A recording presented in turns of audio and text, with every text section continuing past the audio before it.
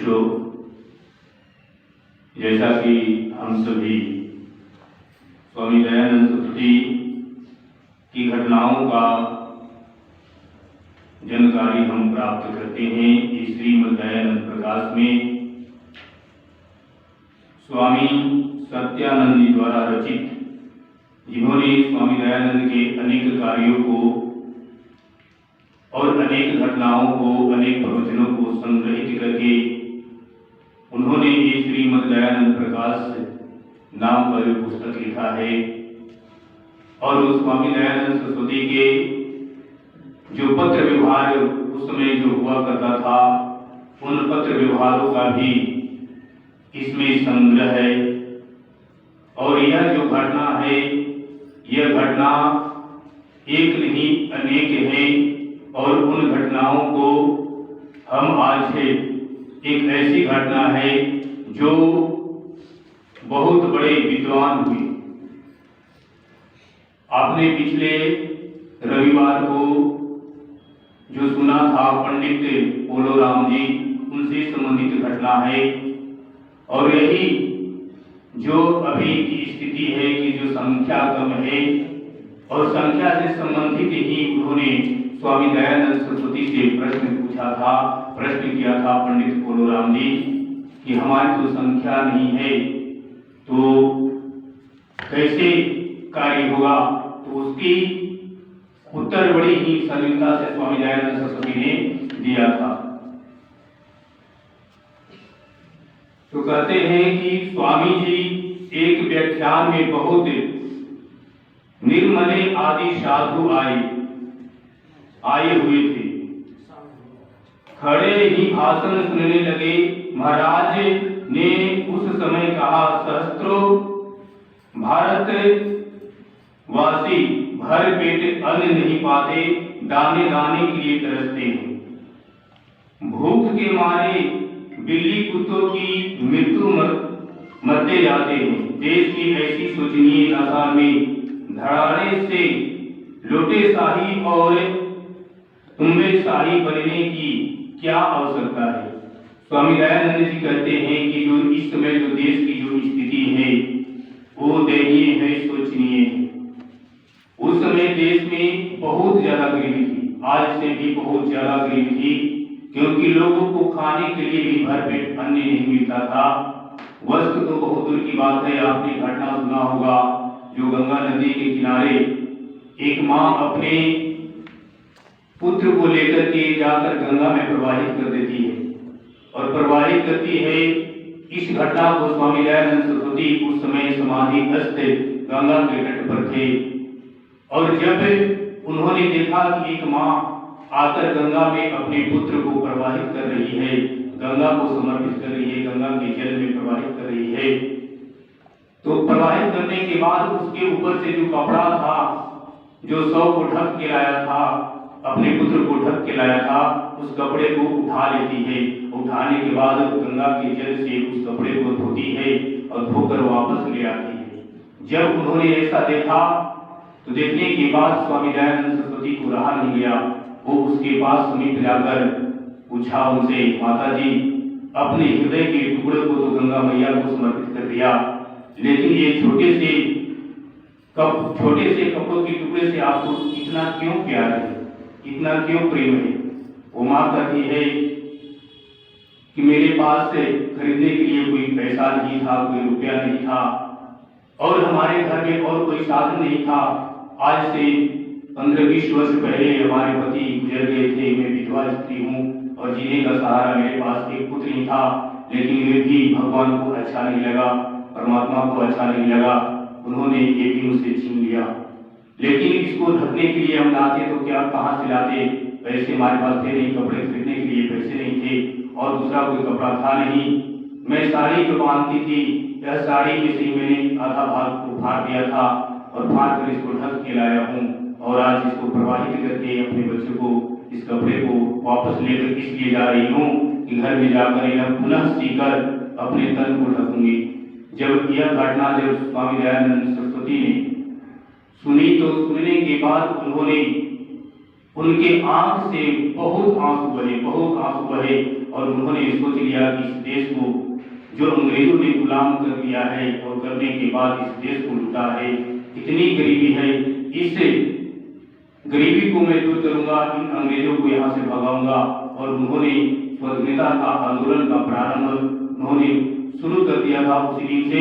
और 3 वर्षों तक स्वामी दयानंद सरस्वती वो बैठे नहीं रहे। 3 वर्षों का उनका जीवन हमें मिलता नहीं। वो 3 वर्ष कहाँ गए थे?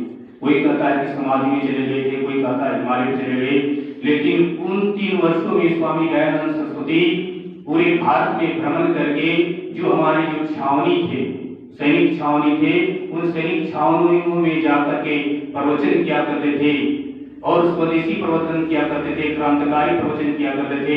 और उन सैनिकों को अपनी बात को, अपनी विचारधारा को उन्होंने सौंपा और 3 साल में एक ऐसा माहौल, क्रांतिकारी माहौल स्थापित किया जिसके कारण देश में क्रांतिकारी की एक लहर दौड़ी थी।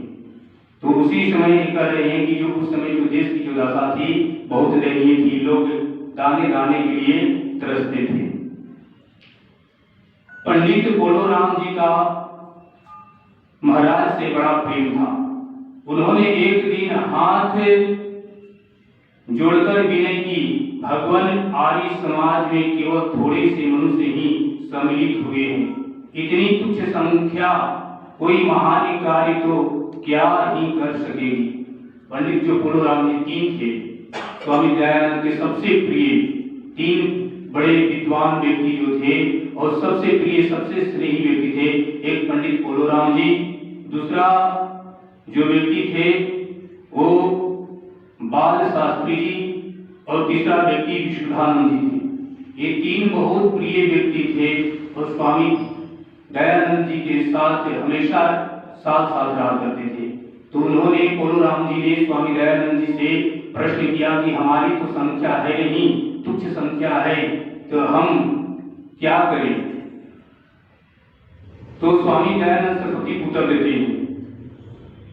स्वामी दयानंद ने उत्तर दिया, आप तो बहुत हैं, सहस्त्रों मनुष्यों को अपना संगी बना सकते हैं, परंतु तुक मेरी ओर तो देखिए।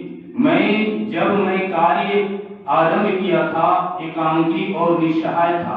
आज परमात्मा की यह कृपा है कि आप जैसे सहस्त्र जन सच्चे हृदय से मेरे साथी हैं, आर्य धर्म पर नौछावर होने के लिए उतरते हैं।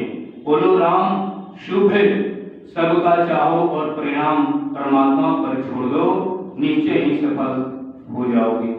वो कहते हैं कि संख्या कोई बात नहीं है। जब हमने समाज को स्थापित किया था तो मैं अकेला था और कोई भी नहीं था, लेकिन आज तुम हमारे साथ हो और तुम्हारे से जुड़े हुए लोग सहस्त्र जो लोग हैं वो आर्य समाज के प्रति और हमारी विचारधारा के प्रति नौछावर होने के लिए तैयार हैं। तो संख्या धीरे धीरे बढ़ेगी, परमात्मा की कृपा होगी, हमारी जो संख्या है बहुत अधिक हो जाएगी। महाराज ने उनसे यह भी कहा, यदि बाल शास्त्री और विशुद्धानंद जी मेरे साथी बन जाते तो हम तीनों सारे संसार को विजय कर लेते। अब स्वामी दयानंद सरस्वती कहते हैं कि जो बाल शास्त्री जो थे और विशुद्धानंद जी, एक इसी बात को लेकर के मतभेद हो गया था और मतभेद होने के बाद ये दोनों बाल कृष्ण शास्त्री और विशुद्धानंद जी स्वामी दयानंद जी से अलग हो गए थे। वही बात कहते हैं कि अगर बाल कृष्ण शास्त्री और विशुद्धानंद जी अगर होते तो हम तीनों मिलकर के पूरे संसार पर विजय प्राप्त कर सकते थे। शोक मेरे आत्मगत भावों को जाने बिना उन्होंने मुझे भिन्न समझा, मेरा घोर विरोध किया, परंतु मेरे हृदय में जो मंगल भावना है उसे ईश्वर ही जानता है। स्वामी दयानंद सरस्वती कहते हैं कि वो मेरे जो मन की जो भाव थे, मेरे जो मन का उद्गार था, उसको उन्होंने नहीं समझा और नहीं समझने के कारण मेरा उन्होंने विरोध किया, मेरे से अलग हो गया और अलग होकर के वो कार्य कर रहे हैं। ये मेरा जो ईश्वर जो भक्ति जो भावना है वो परमात्मा ही जानता है। एक दिन का वर्णन है कि पंडित बोलोराम को किसी ने एक नवीन कुर्ता दान की। वे उससे लिए श्री चरणों में आए और कहने लगे कि भगवान, यह कुर्ता आज ही मुझे एक दाता ने दी है। मेरा भक्ति भाव मुझे विवश करता है कि मैं इससे आपके चरण पोंछकर फिर यह आपके किसी सेवक को दे दूं। स्वामी जी तो नहीं मानते थे, परंतु भक्त कोलोराम ने प्रभु पद पकड़ लिए और कुर्ता को चरण रज झाड़कर एक नौकर को प्रदान कर दिया। कोलोराम को किसी ने एक कुर्ता भेंट की थी और कुर्ता भेंट करने के बाद उन्होंने कहा कि यह कुर्ता मैं आपके किसी सेवक को देना चाहता हूँ।